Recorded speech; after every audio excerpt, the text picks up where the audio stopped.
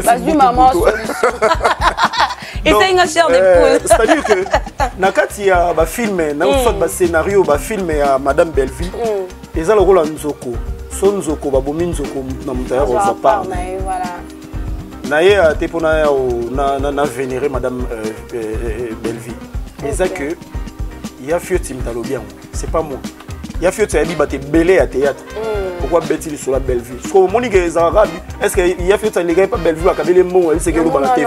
Amukolo, c'est un grand, c'est un respectable, un homme respectable. À l'équipe TV, Batounier, dans le scénario, il y a un scénario sur le roi Belleville. Ah, ça c'est bon. Moi, ça m'arrange. Moi, ça m'arrange. Brazzaville, pourtant mobile ya qui a comment qui na Brazzaville, si ana la mise makasi ya kati sikuna tanga ki epesi flamme, a manqué na papa Bokilo, a manqué batunyoso. De tozolo babo excellent ndenge na yoki na kati ya voice oyo ya vidéo oyo ke ba bengani mobile ya siana na lopango na bango kuna. Moi c'était les 10 rangées et 9 rangées. On y a surtout batté les Bonsoir Kimbongo. Tozwa Kimbongo.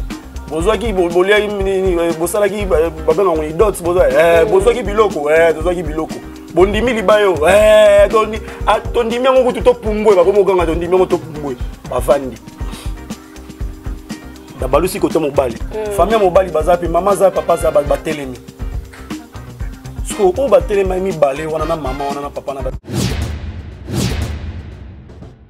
Babeti malitama ya gauche na pesi ya droite babeti likofie itumbelongo ya libanda ekotelingana ndako Yesu yondolo bana zongisa te en plus mon épouse na silence zalata molobi ozala molobeli na ngai avocat na ngai Yesu en tout cas non c'est-à-dire nzembo wana Banzamba frère Mike Kalamba ina yoka yango. Mais nzembo wana on dirait le belanga moko. OK. Babeti malitama ya gauche na pesi ya droite babeti likofie.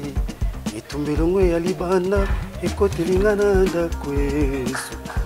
Yondolo bana zongisa te. En plus mon épouse na silence zalata molobi. Ozala molobeli na ngai avocat na ngai Yesu. En tout cas, non c'est-à-dire nzembo wana banzamba frère Mike Kalamba ina yoka yango mais nzembo wana on dirait le belanga moko. OK. Féticheur là. Oh. Ya. Ah bon? Ouais. Féticheur? Boy comme ça. Mais comment est-ce que comme ça nga tendenge ni ba molema comment est-ce que moto na nzamba ko kanga photo na les grands féticheurs maman. Bon. Mais ça y est, bon va comprendre que ça y a photo ba mo ça y a Yohana et tout et ça c'est normal hein, c'est normal. Bon comprendre ndenge ni pendant que toyebi moto asale la kanzambe na moto asale la satana.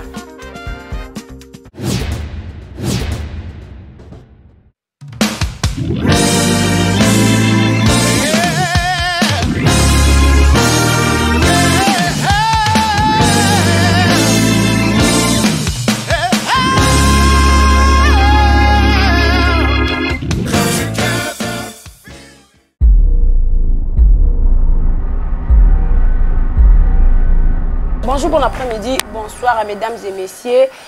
Bienvenue dans le nouveau numéro de Coup sur Coup sur notre chaîne Active Final Télévision. Et voilà, aujourd'hui nous sommes là avec Bob Molema Noko. Il y a famille Libota, Oewa toujours sur la Lelo, première sujet, Lelo, na 3 sujets. Premier sujet, Ezabongo, le Lengenini, Bazo, Banda, film na bango, il y a Sikarakasia, famille Libota. Et puis, deuxième tiré, Ezabongo, Toyo qui va voice. Soit émission moko eleki na kati ya chaîne ya ou alors nous eza uniquement bazo lobela kaka mariage ya Siana le lenge nini eleki balobi o Siana aza impoli o kuna na mariage na yekutu babokilo bayaki te okutu vraiment ba insanité elobami tellement ebele kuna yango wana tokosola yango na Bob Molema troisième point na biso eza bongo affaire, il y a concert, il y a Mike Kalambai parce que jour J moins 2, babi jour J moins 2 déjà. Donc vous allez voir il y a Stade des Martyrs Montréal. Je sais que vous allez toujours nanga fongwama to solo la yango lisusu na Bob Molema. Bonjour Bob Molema. Bonjour Chacha. Chacha d'or, ça va. Ouais. Bonne santé à famille Libota. Ouais, santé à famille Libota, ça va et maintenant surtout va se porter très bien. OK. Accompagné toujours dans notre matriarche, voilà. Qui est la racine de la famille Libota, maman Belvi Kandi. Et puis, Nabandegogno surtout Bazana CC et Bazolanda Nassima. Donc, et puis, merci à Batnios Tubaolanda Bisso na Actu Final. Voilà. Mais ça, Olanda Bisso, on continue à partager l'émission, on continue à partager l'émission vraiment. Et puis, grâce à Papa Miguel et puis. Ingénieur Nabiso A12 bon mon numéro nanga eza na bas de l'écran place ba comme invité on est aux ala donc on a besoin benga pour la suggestion à benga en tout cas merci et puis merci dans l'assistance il y a la taille acoustique la guitare accompagnement donc voilà Ketia Mouja voilà il y a Pembe full option donc on a PC mot pas ça voilà vous tenez un peu de sous A12 Nassima il y a caméra vous tenez un peu de sous voilà tout fond moi je pense que oyoki déjà sommaire nanga ndini na bandaki premier point tout ça bon on a mariage triqué Tomoni affiche déjà et puis ça mis déjà ils ont na internet na ba page Facebook na ba YouTube et ça déjà wana et le connu ni asika bozo bombela biso kuna izalaki arme de guerre mariage triqué. Oui, dernièrement, je crois que merci beaucoup. Nani A12 a même une émission. OK. Alors lui, titre Zara toujours, titre mon bouillard avec. Nazaki vraiment malade aux monaki. Oui. Donc titre ya ka makasi moi trop. Donc mariage triqué. Alors batonga na osenga na olingana loba ebele non totalement monté. Bat barotala ngo. Bato barotala ngo ba juger bon. Qu'est-ce qui s'est passé? Maman Belvia te ibisonini, maman Belvia lingo loba nini, alobi nini nakati par sa signature parce que la signature c'est elle. Script maman mio surtout ezaye mo tout et puis la productrice c'est elle. Donc mariage triqué, tous là bisonio surtout ensemble, je crois Lelo lobby bon mona maramnio surtout ndenge nini et les cas déjà nakati pour ngana ba déjà début ya film ya madame Belvi et ba déjà likolo tie banda likolo na tie aussi lara et zalara likolo en tout cas batu nyo surtout bo c'est la lelo déjà lobby na mona teaser ba flyer pezali ba flyer peza na ba Facebook et tout mais ça na ba suspense hein oui mariage triqué, quand on parle de mariage triqué, il faut s'attendre déjà à la suspense et voilà. Et là, déjà bimi mariage triqué. Mon est déjà arme de guerre. Arme de guerre, ils ont na suspense et les alors mariage triqué aussi. Moi, je crois qu'on voit beaucoup de choses ces derniers temps concernant les mariages. Les mariages, à notre moment où nous sommes maintenant là, à notre temps, le mariage est comme il y a trop de problèmes, trop de soucis. Oui, challenge. On avait parlé de ça dernièrement. Oui, challenge. Voilà. Challenge, ils ont trop dans le mariage et les lona et lobby. Alors, je ne sais pas qui est Chacha. Je ne sais pas qui est Ketia. À ce moment-là, Ketia, ça bien Kitoko, rebondi et tout machin. Mais quand on va arriver à la maison, je ne sais pas qu'est-ce que je vais trouver à la maison. Bien Ketia, habité Moutouni en Koutananda. Voilà. Ouais, bah mariage déjà triqué va former belé. C'est à Madame Belvi de nous démontrer ou bien de nous faire voir aujourd'hui mariage triqué et nini. Donc attendons les films ensemble avec vous. Venez boyota la film et l'élo déjà parti 16h le film 16h ils aura déjà dispo beaucoup de na Belvi télévision bon mon et puis ce beaucoup na Belvi quand dit beaucoup de film pesali na Candy Star la film pesali. Donc voilà quoi, base est là, quelque chose de bon encore pour famille Libota. Nabi qui nous surtout dans la famille Libota. OK, voilà, merci beaucoup Bob Molema. Excusez-moi, je suis grippé hein. Non, vraiment c'est partout même quand on est na zabe kosuko zwa idete. Voilà, Bob Molema nazongi mo sima na kati ya maloba na yo ka ningo uté ko lobake lokola la matriarche azala bongo forte en écriture à celle biso lisusu mariage triqué. Mais na kotala kaka wana na simbi wana to mutu ko mona a fioti ngoma. A leki na émission moko a lobi pe sous soulever a lobi ke mutu aleki Belvi Kandi na scénario azate qu'est-ce qui se passe par là? Fioti Ngoma lisusu koti makambo. En fait, moi j'aimerais dire ceci. Fioti Ngoma, à sa tournée déjà pas belle vie, pas belle vie. Je ne pense pas. Non. Fioti Ngoma Azalaka. C'est un ancien dans le monde de théâtre. Voilà. C'est un ancien dans le monde de théâtre. Il connaît bien ces mondes-là. Il connaît bien les réalités du monde théâtral. Il y a des réalités, il y a des failles, il y a des belles dans le monde théâtral. C'est un grand, le roi Fioti Ngoma. À l'équipe de la télévision, à l'objet, Bellevue a marqué le scénario. Moi, Bob Molema, qui est un simple acteur, on a tourné, journaliste, c'est kaka. Na kolobandeti eloko nini likolo ya Fioti Ngoma. Nga un simple mutu. Na kolobandeti nini liboso Fioti Ngoma. So Fioti Ngoma ntalobi yango. Pour Fioti Ngoma azotala. Comment est-ce que ça se passe dans le monde du théâtre? Azotala, Bakarine pas la bali. Voilà. Bakarine pas la bali, ni dans la douce. Est-ce que yo ba di dans la douce ça pire nga ya osanati c'est ah bon? Ya kati osanati. Ah bon? Ya kati osanati. Na sala émission mo moi tozong ça be lubu lelo, tozong ça be lubu en actif. Déjà oui voilà. Déjà ba on a déjà publicité, on a déjà teaser non. Teaser déjà calaté tout ça là. Tom sous lelo kaka. Nga la sala émission il y a cuisine, il y a lubu, na dinana la douce. Tout ça l'émission alors ça l'émission na yanga et pas na article la so émission cuisine. Ah bon? Oh. Boké ça que betere ga lisolo abi émission qui toko ya cuisine sala ezaranga. Parce que ara pire. Baka ndeti dernièrement to komelanga message abi nanga ko tchaka sube écouter na matoité au raté. Oh. Acha ba écouter na matoyi na nzela. Azawa. Aleka la télé, aleka la voiture. Wa binango molema ko tchaka sube écouter na matoyi to au raté. Na yebi que la raté pe ya solo. Pour la musique à puissance na yebi. Na yebi force na yebi. Force tranquille, la force tranquille. Ouais, na yebi force na yebi. Voilà. Bat basé belé pour te dire que bat basé belé ba bi osa musala. Mais batali ba obitin. Scénario ezama kasi. Nenge ya Fioti alobi scénario ezama kasi ça belle vie. Pourquoi par rapport à makambo ya zotala ba faits sociaux au tozomona lelo na République démocratique du Congo. Ba faits sociaux. Ba makambo nyonso tout. Moi je voudrais te dire une chose. Tout zana Marina là-bas na Emoro la matriarche. Na mona ki vidéo. Mona vidéo. Matriarche alobi maman moko abengi na télévision, abengi na téléphone.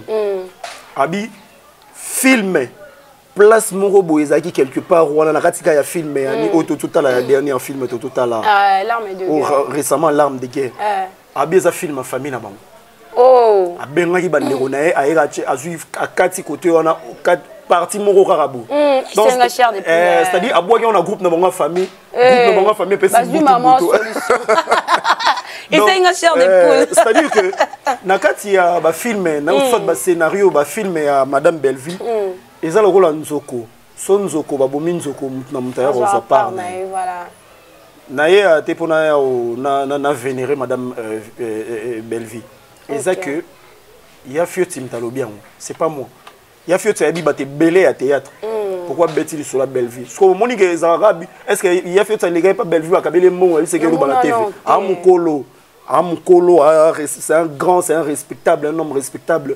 À l'équipe de TV, Batounier, dans le scénario, ça scénario, le roi Bellevue, bon, moi ça m'arrange, parce qu'on a que Bellevue, même Moutoua d'été n'a flambeau à Ramoko. Ils sont dans les Jeux Olympiques, les gens allumé flambeau, et ça deux personnes. Zagi Moutoumoro qui m'a na flambeau, a que Gouchon na moto ana, nani na place wana nanzou on a pour épée là, mais batbaola nena si même tout monde comme mignon. Donc c'est-à-dire c'est Bellevue qui détient. C'est Bellevue qui détient ces flambeaux là et puis la couronne il y a théâtre. Voilà. Donc moi je donne raison à monsieur Fioti.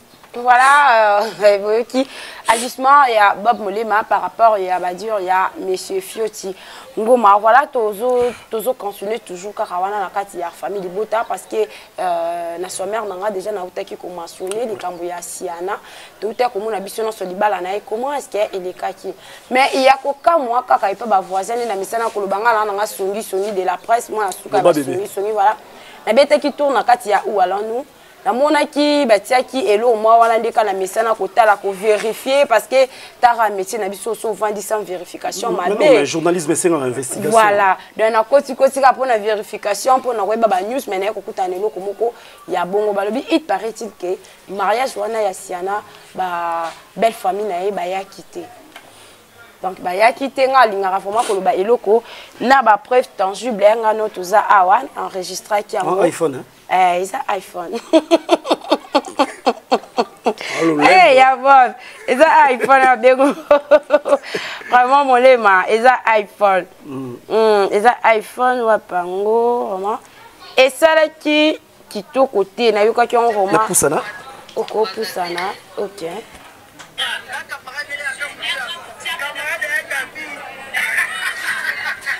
OK Angela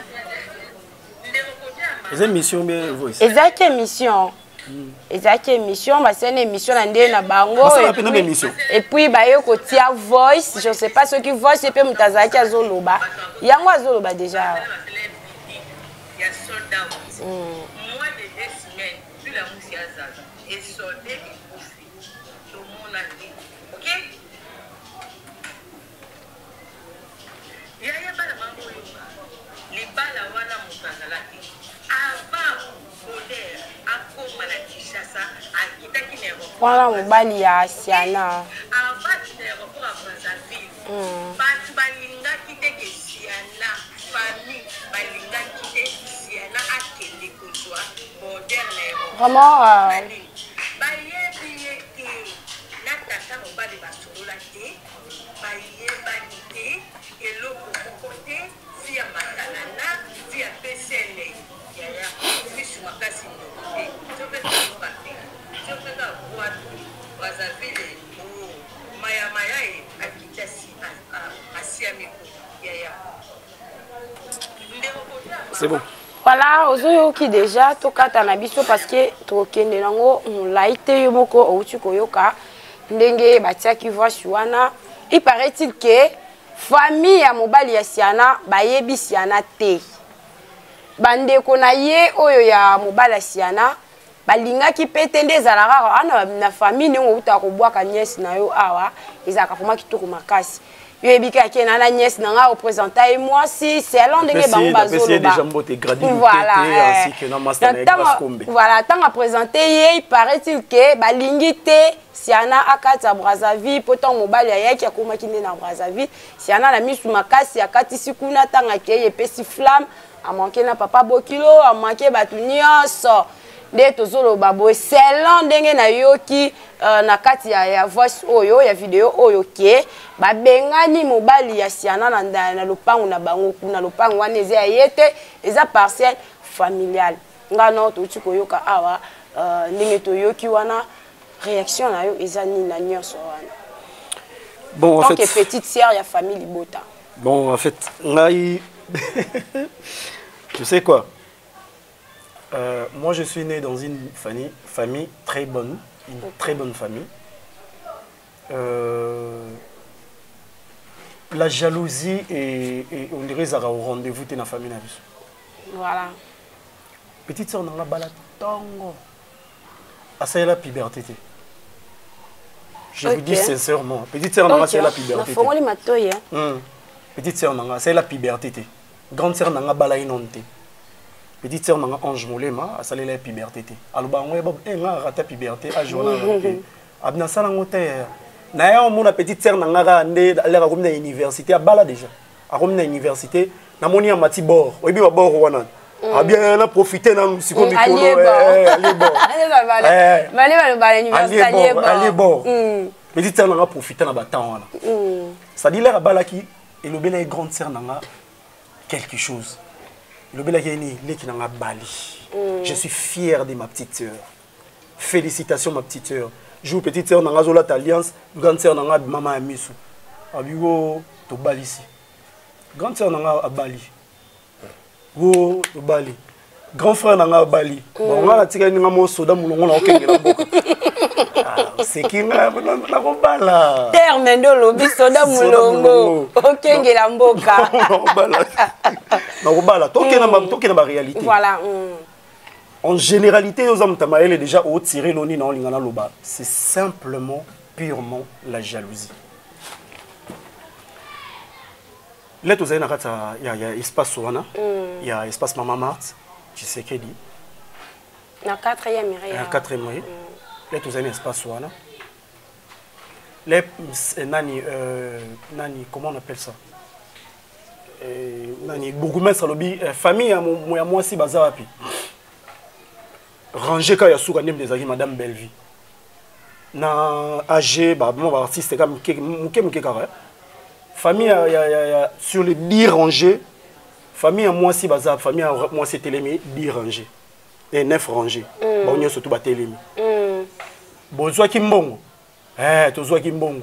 Bozoa ki bolia bosala ki babenga on idot bozoa ki biloko, tozoa ki biloko. Bondimi libayo, tondimi ngo kutu pumbwe ba komo ganga tondimi ngo to pumbwe ba vandi. Da balusi kote mobali. Famille mobali bazapi mama za papa za ba telemi.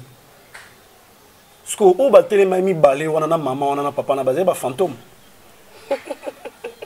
Ba bibino bo sepela ki bo pesa famille wana mbongo na bino nde ba tuna ba question na bo palia ki mbongo na bo préférer ki ba lia mbongo na bino ba bi oui. Boza d'accord pour moi na oui ba bi oui na biso e bimeke yo kana ti place e yo kana.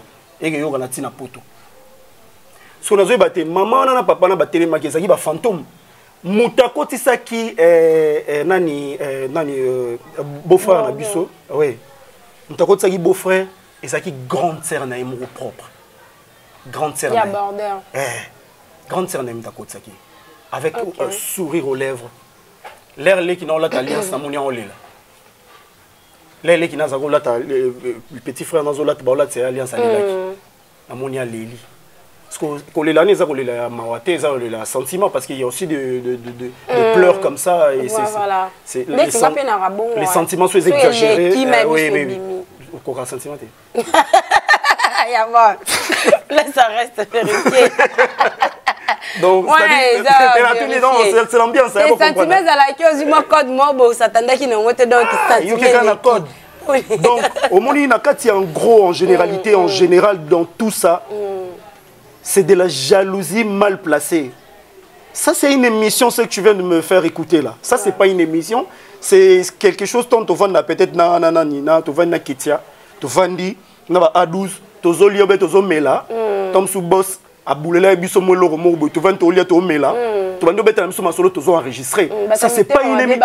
Mais ça, c'est pas une déontologie journalistique. Ça, c'est pas des émissions. Au web, c'est YouTube. Mais YouTube, ils ont réseaux sociaux, ils ont place. Les journalistes, les messieurs, il y a des gars, il y a TV5, il y a des émissions de danger. Est-ce que Tendresse est un journaliste? Tendresse, un journaliste, c'est un théâtre. Tendresse est un nani. Au binoso, moni net marambalobi à l'okutanyo soto. Mon abata balina. Fimoko très généreuse, très gentille. Nako lelanaye à l'hélice même maman. La matriarche. Si vous voulez l'année qui est sengo, qui est na bali. Et bien là, tu écoutes dans les bossos banganga nzambe soit bananyo. Tant que là, tu bang babala ta alliance on a on sentit que ma mis ce tambola. So yoki nzemba mbile belo yamanga kendo yo kango bien yo kamaloba mo aloba na kati wana. C'est-à-dire les jalousie. Ba koli, faut pas voyager bazo balater. Ba koli a je poussa ni boluka mo so baliter luka voyager. Il y a Gabriel Kewa. À voyager, c'est normal. Pardon, Bob Mouli. Non, on dit à la soirée intensive. Ils ont matangaï. Vas-y. Ils ont matanga. Mikolo et ça, Soko Koli, ils ont balaté, ils ont avion voyager. Oh! Oh, ils ont avion voyager. Voyager. Au colo, comprendre. So au collier au comprendre, donc on comprendre que balé qui va au bala bala. Déjà so au collier au comprendre. Déjà dans ça on demande au collier pour comprendre. Beaux avions, beaux voyager, j'ai pour ça. Et ça jalousie en généralité. Non mon était là on a chaque commentaire tout ça c'est de la jalousie. Beau frère, félicitations, un très bon mariage. Ça s'est voyé à l'œil unique que tu aimes bien ta femme, tu aimes ta femme à fond. Babi 6 mois pamba kaka bayebani bamonana te basani te malama balibala. Maman na ngai bolingo ekipaka te batukutu balingani lelo balali lelo. Donc na obi balali balali mbetu. Boso on a ndenge mabete na concept ça mabete na obi betiste. Na obi bakutani lelo balali lelo. OK. OK, avancez. Yozo ke na ndenge fo. Non, avancez. Te na ndenge mabete. Batukutu bongo. Et bongo siko mutasali 6 mois. Basolo la na bango habité fona yo bala. Bon, yekuta yi. Po msu batindaka bato. O te bosela nga mariage kuna to so mona ngotsa ba ndeko na ligne assistance. To so mona. To so na yo kachano prochainement to solo la ngo kaka. Batindi o te botinda mutu na nga otinda kotinda mutu te mo nde yaka. Do mazaya inde ni. Aina mobali na yo sala biso plaisir biso nyoso tout. Do mazaya ayo auto ya. Basali bien. Très bien. Yarande awa. Mais wande bozala kité. Te non, nga nazaki na mariage ya nani ya Siana. Ya Siana. Okay. J'étais très fatigué. J'étais très fatigué. Tout ça qui debout. Et ça qui cocktail. Okay. Parce qu'on a un problème à genoux, donc on a très fatigué. Ouais, voilà, avancez par mon léma. Ouais. Ils ont la bête à bord moi pour. Toi solo là, so ba, so colio ba la te voyager. Ah voyager quoi? On comprendrait. Ce qu'on va comprendre, c'est que va voyager. Ok. Voilà quoi. Voilà, bon le moyen pour voyager. Voilà maluba, il y a Bob Molema vraiment et c'est qui signe ma cassi, tout ça. Alors jour J, il y a concert, il y a Pasteur Mike Kalamba, il y a prédiction là yo ils Non mais c'est un bon artiste, hein, c'est un grand artiste. J'apprécie beaucoup. Na notre linganze Molema Boyasuka avocat. Ok. Avocat et l'obélanga mambebele nzembona. Mbata babeti na litama ya gauche na pesi ya droite babeti likofe itumbelongo ya libanda ekotelinga na ndakweso yondolo bana zongisa te en plus on est posé na silence zalata molobi ozala molobeli na ngai avocat na ngai Yesu. En tout cas, non, c'est-à-dire nzembo wana. Banzembo frère Mike Kalamba ina yoka yango. Mais nzembo wana on dirait le belanga moko. OK. Ngana auto sibir ba makambo susu. Na vie nanga. Ngana auto sibir makambo ebele. Donc frère Mike Kalamba ya te yanga. Ba betinga pe na mbata na droite. Balobi keza yo kam to sali kambwana. OK. Là na bina pesi sous gauche nzamba ba pesi sous gauche boy ba betinga likofi. Donc ça dit tant ba betu likofi ngelo ba ke ba finir yo. OK. Voilà quoi. Donc até yang belé c'est un bon nabi que avec Dieu il va remplir les stades des martyrs. Voilà Bob Molema et c'est vraiment un plaisir koyo kayo oyembi sous bon donc ozaka ka fan te mais Ozasoune loro mara boy oyo pasteur Mike Kalamba apporta et pas na yo par rapport à des outils kolobaki ba moment difficile et puis ba nzembo nae surtout avocat outil koyemba et bon et c'est sunga kiyo quoi to koloba bon na lingala et sunga kiyo voilà mais tout est comme on a awa photo moko ezo circuler voilà balobi to sika ta na voilà bon Molema karando zolo ba bongo ba chance wana okozala nango vraiment eza nango kaka na ebité okobwa kamisu awa moni photo pasteur Mukuna que je respecte beaucoup. OK. Na moni bande ko musubazawana et puis pasteur Mike Kalamba l'homme du stade martyr yaye et puis voilà ndikuna yaya mort. Ah bon? Ouais. Et pour confirmer qu'ils sont mort. Oh mais ça photo ça ba kangizi photo ça. Mais tout ce qu'on la Bible, tout ce qu'on a dans la Bible, la Bible elle nous dit. La photo. Je vois pasteur Mukuna, excusez-moi, dans la petite balinette dans la mis sauté. OK. Mike Kalamba et les autres là. Waouh. L'autre là je connais très bien. C'est qui? Féticheur. Oh. Yaya. Ah bon? Ouais. Féticheur. Bon comme ça. Mais comment est-ce que comme ça on a tendu ni Bob Molema, comment est-ce que moto na nzamba ko kanga photo na les grands féticheurs morts?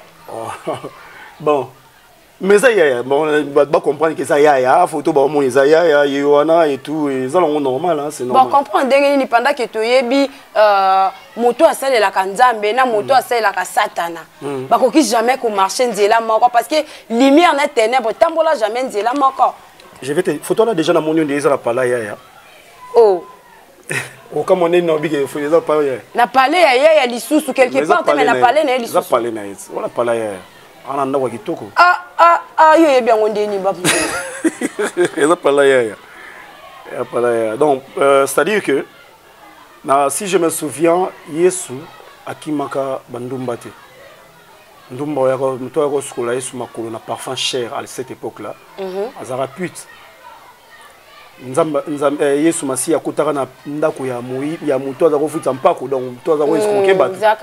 Zaché plutôt. Azara mukuse. Donc rien n'empêche à koki côté il y a pas côté à côté tom suya ya pas sambela bando ki pe ba sambela aza marabout soki nani mais tom so akenda appel au sambo tom so ko invité pe boye na kati invitation na komi pe na kati ya etonga bien na kati ya nini na kati ya yani ayambi Yesu ce qu'on a évité est-ce que on a na stade bat vraiment ba kotala batali frère mort ou bien ba koloba yondo benga frère mort mais ba koloba ni mutu so une église avec frère faut benga ce qu'on a combo na biso to bien na kombo wana lobi wana eza mort mabenga pe mbala exemple na sabo ki fait na Anderson et Imbi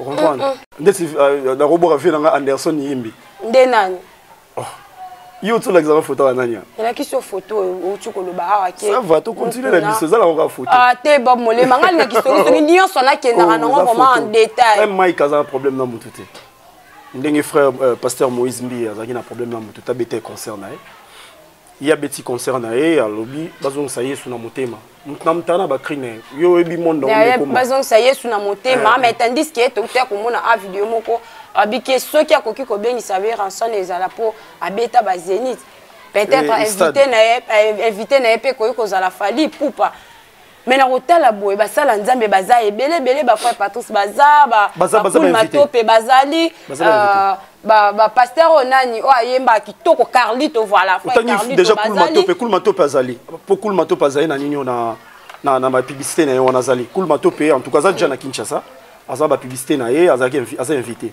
pasteur frère Patrice a invité invité bazebele bon moi je crois que il y aura pas quelque chose de mal soki babengisi fali poupa ou bien babengisi naza pena naître voilà so babengisi fali poupa babengisi Ranson soki ayembi nzembo ya frère Mike Kalambai soki ayembi nzembo ya mokilité soki ayembi nzembo ya frère Kalambai po tokumisa tozongisa monene ya nzambe OK excusez-moi des fois il y a mon lingala na yeba kokumbisa tozongisa kokumisa nzambe na sali on a regardé mon lingala des fois là je sais ça m'échappe tokumisa nzambe donc tolobi tokumisa nzambe soki fallait yembi ndeti nzembo ya avocat pona mungongo na au frère Mike Kalamba ya yemba nzembo avocat so fallait yembo moi ça me fait voilà au monique asko ki en moi bien parce que tant on lobi ke fali poupa akoko yemba nzembo ya frère Mike Kalamba et ça la peki to komakasi ce qu'on ndeti mort yemba nzembo bo so bien ayo yamba nzambe jour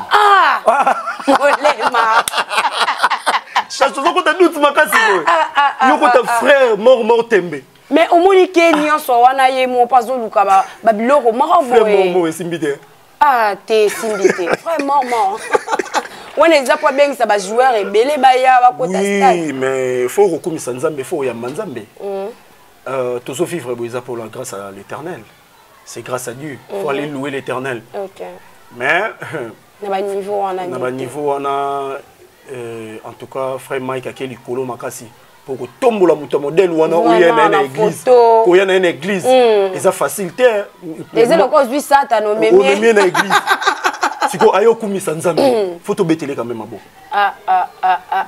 voilà c'est ici qu'on va prendre fin de notre tranche d'aujourd'hui Bob Molema to komi na suka ya émission na biso ya lelo ngala linga mingi ko tika batu na guya biloko na munoko batu suba fandi ndesi la mama ya chérie afanja lobike silika raboy émission na biso silika awa émission na biso vraiment et ce qui Bob Molema malobeza pana En tout cas, merci pour ta réflexion. Merci beaucoup. Merci pour le coaching avec notre réalisateur par excellence, A12. Voilà. Merci dans ma question et c'était vraiment bien pour moi. Bandeko peut baser en assistance, là j'ai dit merci à la guitare acoustique. Toujours. Ce qui est sengi que Nzamba Sungi dans ma mbezala bien.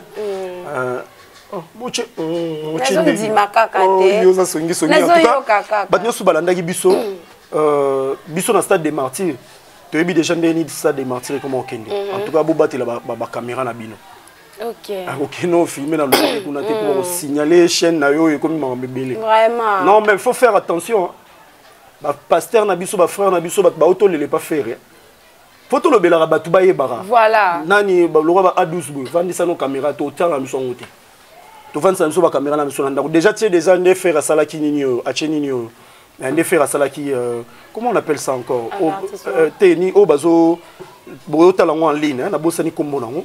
Donc, directement en ligne, concert en ligne. Donc, il faut foutre un bon. Dans son des moments, déjà, il y a un bon concert en ligne. Il y a déjà un réseau et il y a un stade. Donc, il y a un réseau. Deuxième des choses, il y a déjà que sur le salaire rare aux vidéos, il y a pasteur Mike Kalambay et Talio. Battez la chaîne là. Botika Moussala Nzamba Lurambon na Nengene. Abimisi Mbongo a cette mamnae. A pas beaucoup Misanzambe, mais. Moi, je suis au salon qui est sur ma œuvre, voilà quoi. Donc, en tout cas, pour nous ça va beauté. N'apprécie ma nièce chérie, Grady Loutete. Ok. Il y a minimum ça en victoire. On a sa place à Sala. Côté la lait. Ça la place à Mbongo. Non, il y a un problème. Grady Loutete ainsi qu'à son ami Grâce Combe chocolat chaud, la beauté fatale. Je vous salue là où vous êtes à Kinshasa. Bisous à vous. Voilà, merci beaucoup à Bob Molema, merci beaucoup Nayo pour la disponibilité. Merci beaucoup à Ketia Moujane pour l'assistance Nayo. Merci beaucoup à A12 pour le coaching Nayo. Vraiment que Dieu te bénisse aux Alara toujours. Wana Ezo Sala Kitoko Makasi, tout comme déjà Nasuka, émission Nabiso Yalelo, Tobo Sanate, Bagag, Ezawana na Katia chaîne Total Yango, to consommer Yango vraiment. Et que ça là Kitoko Makasi. Puis Nazo rappelé Bino Lisusu, bientôt là Elubu Ezo Zwa place Nango, Elubu Ezo Zwa place Nango. Et zozonga vraiment nakati ya balole mon abiso avec Bob Molema noko ya famille Libota wana vraiment teaser et ça a déjà les lots to lobby to rumona yango nakati ya Active Final Télévision ndenge nini Bob Molema akobalola fufulo ndenge nini akobalola lutu nakati ya nzungu vraiment ata on obi lutu nakati ya nzungu c'est-à-dire nazwi lutu nakotisi yango nakati ya nzungu nazo balola et zande bongo voilà na mesana mimi ko sabino bo s'abonner massivement bo partager mission na biso so kitango bo sepelaka na yango bo commenter ba erreur o bo monaka to ko bongisa vraiment bo liker pour na yango nde et salaka Active Final ezala. Voilà, merci beaucoup à tout le monde, merci beaucoup na bato balandi biso na ibandeli pe na suka na yango. Voilà la présentation c'est qui bongo ngai o abino bomesana mini kolanda chancer siana la Cléopâtre moi na suka ba songi IGF de la presse invité na ngai le zaki bongo Bob Molema noko ya famille Libota bongo na sima caméra ezaki bongo ingénieur A12 les grands formateurs moto à format motatika formation na défaut. Voilà, restez toujours branchés, serré, cimenté, collé, serré, scotché sur notre chaîne Active Final Télévision. Quant à moi, je vous dis au revoir.